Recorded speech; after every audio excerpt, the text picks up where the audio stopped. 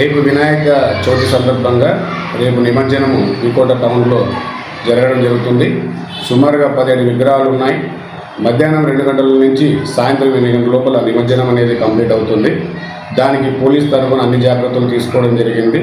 పంచాయతీ వాళ్ళు కూడా అన్ని ఏర్పాట్లు, తర్వాత ఎలక్ట్రిసిటీ వాళ్ళు కూడా సహకారం తీసుకోవడం జరిగింది. కావున రేపు ఈ ట్రాఫిక్ ఆంక్షలు కూడా విధించడం జరిగింది. ఒకటి ముఖ్యంగా ఏదైతే పలపనేరు సైడ్ నుంచి వస్తాయో అవి అంబేద్కర్ సర్కిల్కి వచ్చి బయటపల్లి దగ్గరికి వెళ్ళి అక్కడి నుంచి కుప్పం రామకుప్పం మీద నుంచి కుప్పం వెళ్ళడం జరుగుతుంది. కుప్పం నుంచి వచ్చే వెహికల్ అన్నవరం క్రాస్ దగ్గర నుంచి వస్తూ మళ్ళీ బయటపల్లి వద్దకు వచ్చి అంబేద్కర్ సర్కిల్ నుంచి పోవడం జరుగుతుంది. అలాగే ఏవైతే కేజీఎఫ్ బెంగళూరు పోల్చినవి జోన్పల్లి దగ్గర జోన్పల్లి మావత్తూరు నుంచి హైవే ఇక్కడ పోవడం జరుగుతుంది. ఈ విధంగా అన్ని ఏర్పాట్లు చేయడం జరిగింది. కావున ప్రజలు కూడా దీన్ని అర్థం చేసుకొని తొందరగా నిమజ్జనం అవడానికి ఎవరైతే వినాయక విగ్రహాలు పెట్టారో ఆర్గనైజ్ వాళ్ళకు సంబంధించిన వాళ్ళు మాకు సహకరించాలని కోరుతున్నాం. అంతేకాకుండా టౌన్లో సుమారుగా 60 సీసీ కెమెరాలు పెట్టడం జరిగింది. అవన్నీ పోలీస్ స్టేషన్ కమాండ్ కంట్రోల్లో ప్రతి ఒక్కటి రికార్డ్ అవుతుంటుంది.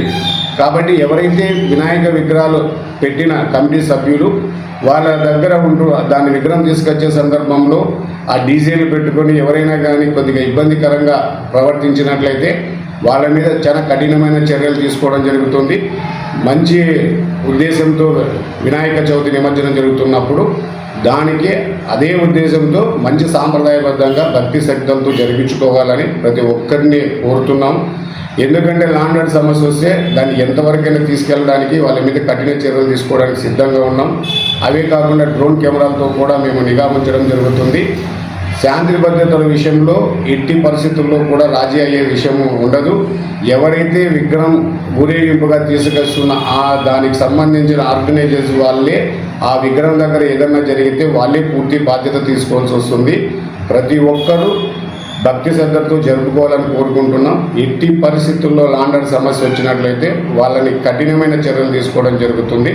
కావున ఇదంతా ప్రజలు తర్వాత ఎవరైతే విగ్రహాలు ఊరేగింపుగా తీసుకొస్తున్న ఆర్గనైజర్ వాళ్ళు దీన్ని గుర్తుపెట్టుకొని పద్ధతిగా మంచి సాంప్రదాయబద్ధంలో చేసుకోవాలని, అదే ట్రాఫిక్ వికోటలో ప్రస్తుతం చాలా ఇబ్బందికరంగా ఉంది కాబట్టి దానికి కూడా సహకరించి వీలైనంత తొందరగా నిమజ్జనం కంప్లీట్ చేయాలని మనస్ఫూర్తిగా ఎవరైతే విగ్రహాలు తీసుకొస్తున్న వాళ్ళందరినీ ఆర్గనైజర్స్ వాళ్ళని మనస్ఫూర్తిగా కోరుకుంటున్నాము.